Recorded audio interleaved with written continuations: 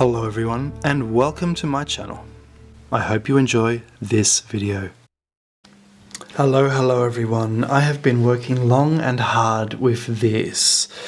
I believe I have a solution to the Atlantis video. There's a continuation of a video from 2017 in which I suggested, thanks to a friend, that Old Sarum is the capital of Atlantis. And we have this 6-mile ring around it, a ring of fortifications, which matches the legend. Old Sarum matches the legend. UK matches the legend. There's a lot. We're going to get into this. I'm extremely excited and happy about this. What's happening is, I believe that Amesbury is the oldest continually occupied settlement in the United Kingdom, having been first settled 8,820 BC. It's right there along the wall. It would have been built from parts of the wall around Old Sarum there. Another part of the wall, that is Stonehenge. Another part of the wall, the Clearbury Rings. And I found other bits of fortification around where this wall was. Now, this wall was identified by a man I respect tremendously, beyond anything, Norman Lockyer. And Norman Lockyer came up with this picture. And he basically said, look, it happens to be, 6 miles to here, 6 miles to here, 6 miles to here. What's going on? And he was interested in, he was actually before ley lines were invented, I think a few years later, in the 19s, by another author. He was writing this, but he said, okay, they're measuring.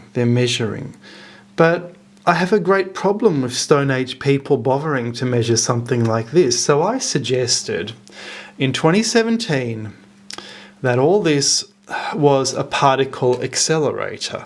So you have this 6-mile distance between an outer circle here, and Stonehenge has just been recycled, and this outer circle, there must be an underground tunnel underneath, which was a particle accelerator tens of thousands of years ago. This would have been located in the Arctic, and the reason is that all this was ice sheets, you see, and the Earth might have been on a different tilt, so this was actually more Arctic than Siberia was. And then when that changed, the mammoths in Siberia suddenly froze, and this became a lot warmer.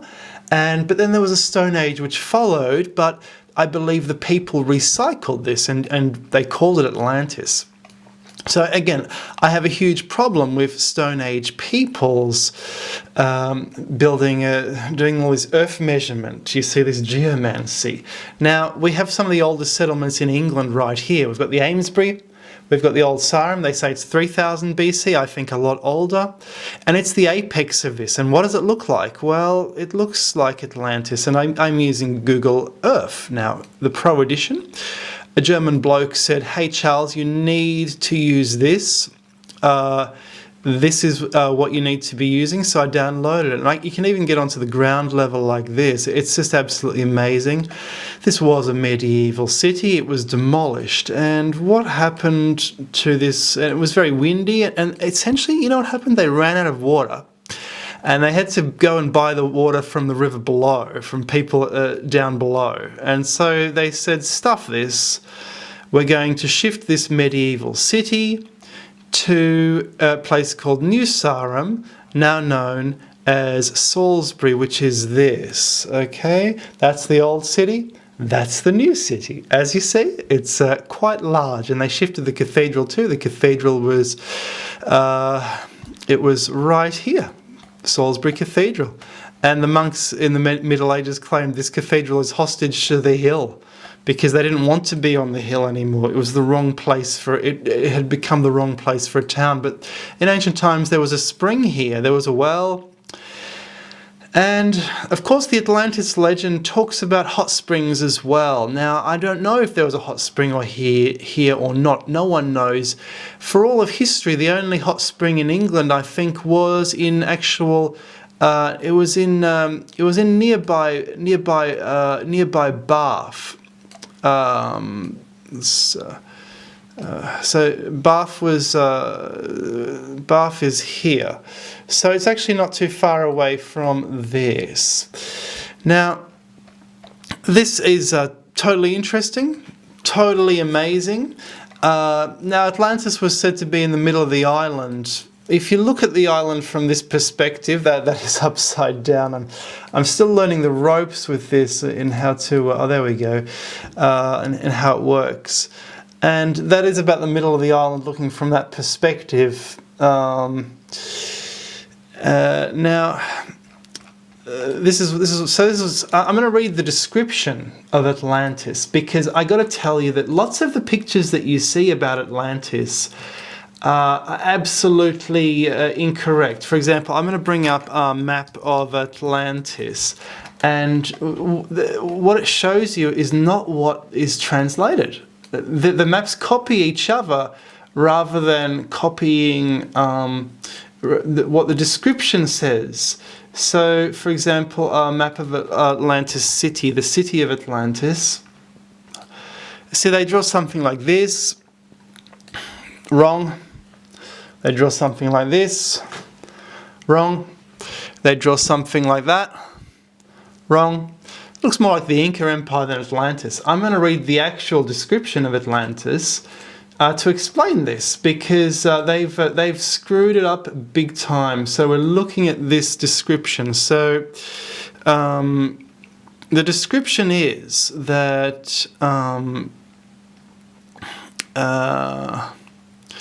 so immediately adjacent to the royal residence on the central hill. Now, there was a hill, people. There was a hill. The temple and shrine of Poseidon was found, so that would be the centre of Old Sarum. The shrine marked the very spot where the 10 kings of Atlantis had been born, and was surrounded by an impregnable wall shaped with solid gold. And in the Middle Ages, in the reconstructions, there was indeed a wall around that inner island. I'll show you a medieval picture in a sec. Each of the 10 kings visited this place every year to give their respects. Poseidon's temple immediately beside it, so you see there was a temple right there. And that temple would have been swapped with the church. So there was you wouldn't build a church there, that cathedral, on top of that hill, unless there wasn't a pagan temple there before, right? Immediately, and it says it was on a hill, beside it was generously proportioned and lavishly decorated. Its outer walls were covered from top to bottom in silver, and the inner walls, floor and columns were covered in glistening orichalc. The ceiling was formed of solid ivory, so this was some kind of feasting hall, and studded with each of the precious metals. All the statues that were both in and outside of the temple were of solid gold and depicted such things as the Nereids riding on dolphins, and each of the 10 kings accompanied by their wives. The hot and cold springs that flowed from the side of the hill were fed into open pools and hot baths, and were used to supply both the royal residence and water to the grove of Poseidon. I think the spring also filled up the moat, and I'll prove that because there are canals there. I'll show you the canals. The concentric rings of land surrounding the citadel were also used for quite a number of varied purposes. For example, there were several further temples as well as gardens for relaxing in. On the inner of these islands, a racecourse was found which followed the entire circumference of the land. The soldiers' quarters were also located upon one of these island rings, their function being to protect both the safety of the city and the king. The waterways between the islands also served as docking for many triremes. So these were ships you controlled by rowing. There was a further wall surrounding the entire city at a distance of some 6 miles or so from the outer waterway. So 6 miles from the centre, essentially, and that's what I. That's why that picture impressed me so much, because what are the chances that you have something that looks like Atlantis, and then you have these 6 mile you have fortifications or bits of recycled fortifications 6 miles away, when the Atlantis description describes an island rich in metal which had elephants 8,000 years ago. It would have indeed have had the mammoths. This is absolutely extraordinary. I think there was more precipitation back then than today, and this filled up the inland canals because of the melting ice sheets. The ice sheets were still melting, and I believe it was raining a lot more. This is absolutely incredible. See, that's wrong. That's not what is described. It's supposed to be canals carved around a hill.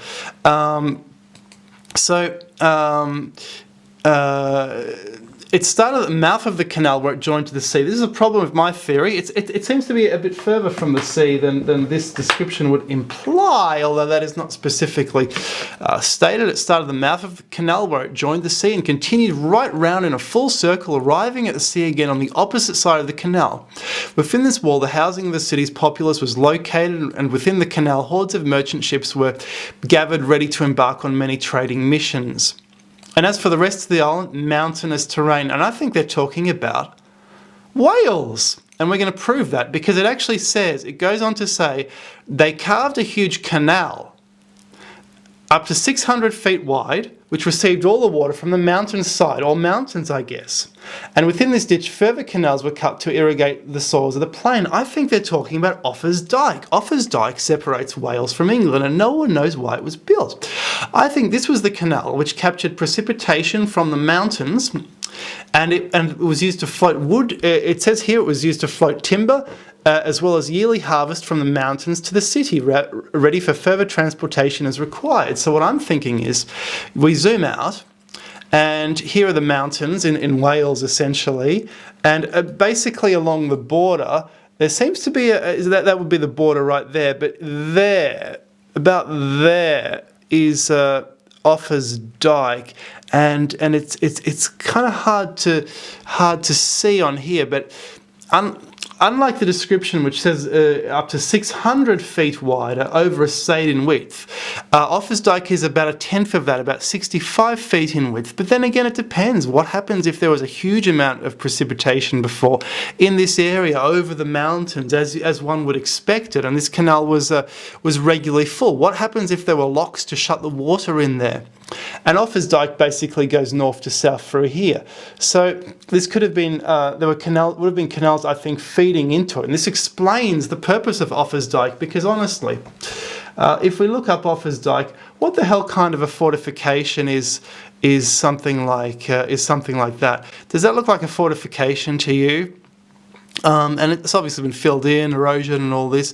I think these were canals, ships floated down. But we're talking like, 9,000 years ago, 10,000 years ago, even 9,000 years before Plato and Solon. So we're talking, just at the beginning of the Holocene, when all the ice caps were melting, and they would have found this ancient site, this terribly ancient site, I think, a particle accelerator, because there had to be a particle accelerator somewhere. The giants built this in the Arctic. So I'm going to show you some other landmarks I found around, and I'm going to prove that there was a wall, because we have Old Sarum here. So the sanctuary of Poseidon would have been here. And this, according to a medieval picture of Old Sarum, I'll just Google a medieval picture. There was a wall around it. Picture Old Sarum, and you have to bear in mind all the stones and everything was taken away to build New Sarum. Everything was taken away and sold. That's Old Sarum right there. Apparently, and it's got concentric rings. You see concentric rings on the hillside. You see that there? And in addition, do you see there seem to be roads, but these roads don't make much sense because they go straight into the wall. These were, I believe, canals to feed the moat, and we're going to prove that actually right now, because I like to prove things. So if we zoom in, if we look at here, I reckon apparently one spring came up through the Norman Keep, which is, I suppose, this or this. And this, before that, would have been the sacred precinct of Poseidon. And I believe that spring would have filled this moat here. That would have been locked up. But then we've got these depressions angling out of it. Like if I go down to Street View, look at this. Look what's happening. This is not some road. I can go down to Street View here. I'll just get lower and lower and lower and lower and lower. So there we go. And now we're on the ground level. And you see there is this huge ditch here. This would have been a canal which would have fed water to the outer canal. This is just quite fascinating. I just do that to exit Street View. And now we go, and this would have fed the outer ring here. and then even after that ring, you've got more, and there might have been another ring here, although that is less clear. Maybe it's just been filled in, but you can see the mountain continues downwards up to about there, where that road is. So I believe there might have been an extra ring there, which would match descriptions of Atlantis. And you see a canal there, canal there, canal there, canal there. Cities don't do this. That's a canal. These are canals to feed the concentric rings. This is, I believe, Atlantis. You've also got some funny geophysics going on here. This might have been a wall. These things here, not quite sure. That's a bit weird. So let's totally zoom out and look at the wall 6 miles away from the outer canal. And yeah, you've even got things like this. I don't know what those are, but you go out, and then this is the wall 6 miles out. So the first landmark, which was noticed by Norman Lockyer, was basically Stonehenge, which is right here. And you have these other rings as well. I believe these were Atlantean fortifications. And the outer wall, I don't think it was a solid wall. I believe it took the form of small hill fortifications. These would have been hill fortifications, and they built Stonehenge out of the fortress stones of one of them. You see it's a circle because it was a fortress, right? So, and they took away other stones.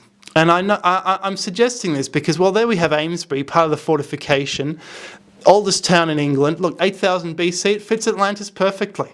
It fits Atlantis perfectly. Here I found an unknown fortress.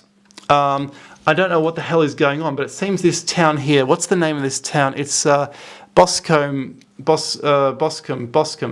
Well, it's built in this kind of ring. It's kind of an ancient fortified town. It's a ringed off settlement. It's weird. And that would have had walls. And see, because what's his face, Mr. Lockyer, he just noticed the Stonehenge, he noticed the Cleobury Rings, and he noticed Grovely Castle. He didn't mention this, but I've filled them in because they're there. And here we actually see parts of the wall. I call this the wall here because you have this, that maybe, and that. Look what's happening. There was a hill here. It's being quarried, but you've got barrows and things. But look, it is actually, it looks like to me like this hill is being destroyed as a quarry or something. And look, you've even got the machine here or whatever it is. I don't know how quarries work, but that looks like a quarry to me. And there's more and more. Look, there's all these earth rings and things, and these are old fortifications, I believe, and they've eroded away over time because they're all along the length of the wall. So Grovely Castle, I'm not quite sure where it is. It might be under a bit of shrubbery, but it's south. It's just south of this town called Little Langford, apparently. I believe it might be just about there. That looks like Grovely Castle. It's a hill fort. I'm not sure if that's it, but that's about the right shape according to pictures. And that's the spot pinpointed by Lockyer.